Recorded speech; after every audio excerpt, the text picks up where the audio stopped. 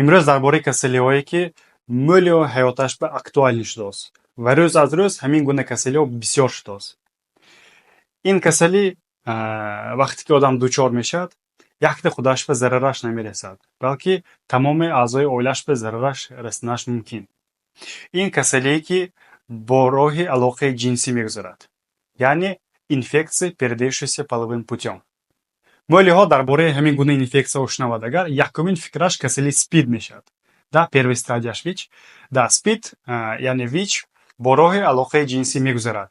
Но ин видеове мо шумо ки аз кадом сабаб ҳамин гуна ҳолатҳо дучор шудан мумкин, диагностикаи ин гуна инфексияҳо, сеюмаш леченияш чӣ хел, чорумаш бошад агар мо ҳамин гуна касалиҳо беаҳамият монем агар кадом серьёзни проблемаҳо оварданаш мумкин. гуфта мегузарем. сабабҳои ин инфексия, яъне роҳҳое ки ҳамин гуна инфексияҳо дучор шудан мумкин, бисёре вақт бо роҳи алоқаи ҷинсӣ бо одаме ки ҳамин гуна инфексия дорад. мӯлиҳо фикр мекунад, як бор шуд ҳичӣ намекунад. Не, ошонҷон, мекунад. Проблема сарзавайд карданаш мумкин. барои ҳамин ва як бор мешавадми, 10 бор мешавадми, инфексия фарқаш не. Вай намегӯяд, айн якум бор ку битонем ба зарари мо нарасонем, намегӯяд. ҳамба ин хел роҳҳо сали эҳтиёт шудан дар кор мешавад. дуюмин роҳаш ин бо роҳи ҷарроҳиҳо, да, ё стоматологический услугаҳо равед агар инструменти ҳамин хирург ё стоматолог нағз стерилизация, яъне обработка нагузарондагӣ бошад агар ҳамин гуна инфексияҳое шуморо гузаронданаш мумкин. ва дигар роҳаше гирем агар ин переливание крови, да, чакондани хуни дига каса ва донорство органа. агар шумо пересадка орган шудагӣ бошад агар ҳамин гуна инфексия дучор шудан мумкин. диагностика. ҳангоми гузарондани диагностика ин якумин сармешудагиш анамнез. Да, пациент мебиёд, проблемаашо гуфта мегузарад. мӯли пациентҳо мешундаги гапам ин ҳамаш паши як хел гап мезанад. вай одами боварнок, як бор шуд халос, ё мобайни вайбе презервативки нағз нафаҳмидам, кишта парофтам, ҳамхел гапо мӯл мешунавам. ва мӯли пациентҳо ё тарсида мебиёд. сар хезам турсуктар, нӯгаш кимчихе мадоқидос, ё мегуфтаги гапаш СПИД гуфта тарсидам пештам дайдомдам. ихе ҳолатове агар ҳамин гуна клиникаҳо, яъне ҳамин гуна шикоятҳо пайдо шавад агар якумин инҷаве сахт тарсам дар кор не. акун представить мекунем ҳамхел ситуация шуда монд. чо кардан дар кор? якумин кори мекардагитон ин мутахассисба муроҷиат кардан дар кор. барои аниқ кардани ҳамон намуди инфексие ки шумо шикоят овардааст. инҷаве диагностика гирем агар ҳозири замон ба ҳама беҳтарин диагностика барои аниқ кардани ин гуна инфексияҳо ин ПЦР, яъне аз нӯги канали пешоб мазок гирифта мешавад ва ба лаборатория месупорад. аз ҳамонҷа аниқ мекунад ки шумонда кадом гуна инфексия мавҷуд ва нисбат ба ҳамин инфексия определённый лечение нависта додан мумкин. намуди ин гуна инфексияҳо бисёр. гонорея, хламидия, уреоплазма, микоплазма, гарнелла, рубелла, герпес, ВИЧ, гепатит Б, гепатит С, сифилис ва ғайраҳо ки ҳар як инфексияи ҳамин гуна бо роҳи алоқаи ҷинсӣ мегузаштагӣ лечении худаша талаб мекунад. яъне конкретно ҳамаш ба якта лечение нест. инҷа ба якта чизе гуфта гузаштам дар кор ки ҳар якта инфексия инкубатсионный периоди худаша дорад. ин зе гуфтагиш. инкубатсионный период гуфтагиш контакт шуд. баъзе инфексияҳо ҳаст ки пас аз 5 рӯз худаша маълум мекунад. баъзе инфексияҳо ҳаст ки пас аз 1 ҳафта, баъзе инфексияҳо ҳаст ки баъди 3 рӯз, баъзе инфексияҳо ҳаст ки баъди 6 моҳ, баъзе инфексияҳо ҳаст ки баъди 10 сол худаша аниқ карданаш мумкин. ҳамон акт шудми половой акт. шумо оид накунед ки уже пагашпа ягон хел шикоят набошад агар ҳамаш зӯр гуфта оид накунед. мӯли инфексияҳо худаша рӯст мекунаду ҳамон инкубатсионный период гуфтагиш, яъне ин худаша нишон наметиҳад. вақте ки уже миқдораш бисёр шуд, уже вақте ки ҳамон органе ки пораженный орган уже сали маюб шудан сар кард, баъд ягон гуна шикоят пайдо шуданаш мумкин.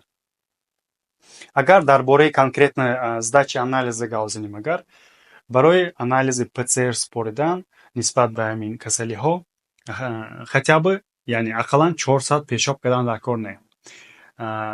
мазоқ гирифта мешавад, ба лаборатория спорида мешавад. ва дигар варианти анализҳо ин борои хун, аз рӯи хун аниқ кадар мумкин касалиҳое ки мисол гепатит, БЦ варианташ, сифилис ва ВИЧ-ро аниқ кунӣ мешавад.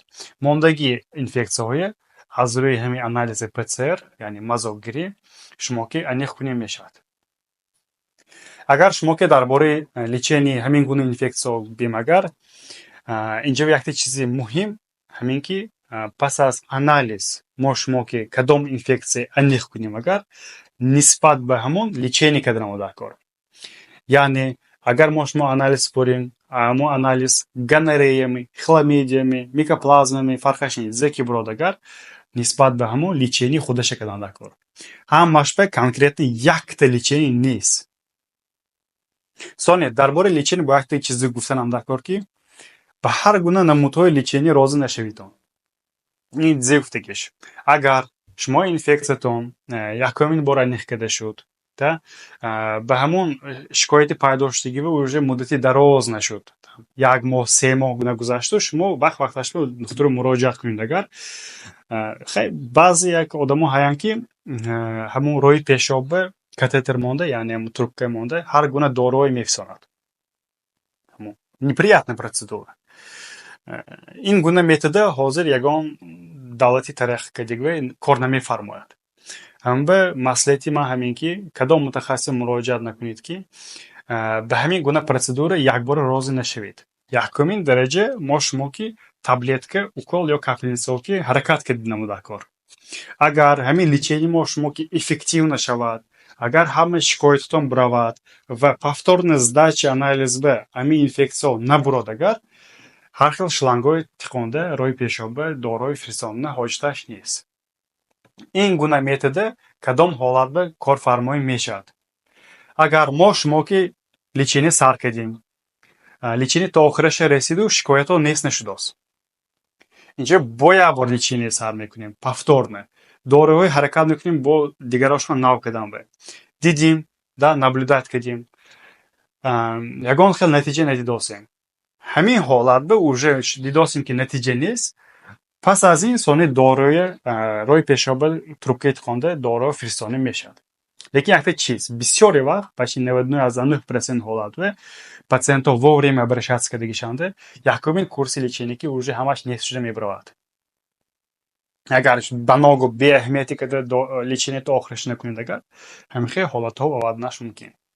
барои ҳамин тавсияам ҳамин ки ягон хел шикоята дидидми ё ягон чизе худатон шубҳа кардостидми, беш ягон хел шикоят, лучше всего сдача анализа. агар ягон чиз аниқ карда шудми, лечение кардид, нест шуд. ҳичи аниқ накардидми, ҳичи аниқ карда нашудми, дальше уверенно гаштан мегиред.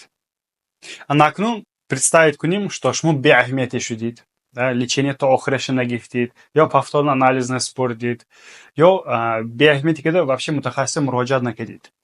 чӣ хел серьезный проблема оварданаш мумкин. мо шумо ки ҳозир бисёре ситуатсияи разборка мебироем. якуминаш, агар мисол шумо касали гонорея кардагӣ бошед, агару то охираш лечение накардагӣ бошед ё беаҳамияте кардагӣ бошед, агар ин давоми 10 сол ё 15 сол ба ҳамон канали пешоба мекардагитона сужат карданаш мумкин, яъне танг карданаш мумкин ки пешоб ромданаш проблема мешавад. ва ин ҳолат уже оперативное лечение кардан дар кор мешавад, яъне реконструктивное лечение. 3-4 намуди пластические операция гузаронда дар кор, чтобы ҳамон роҳи пешобатона аз нав барқарор кардан ба ё ки як умр трубкакӣ гашдан дар кор мешавад, яъне цистостомакӣ. мисол давраи СССР анда барои ягон хел серьезное осложнение нашуданаш ба касалие ки бо ҳамон инфексия мебиёд, бисёри вақт касали сифилис будагӣ. яъне сифилис ин як намуди инфексия ки бо роҳи алоқаи ҷинсӣ мегузарад.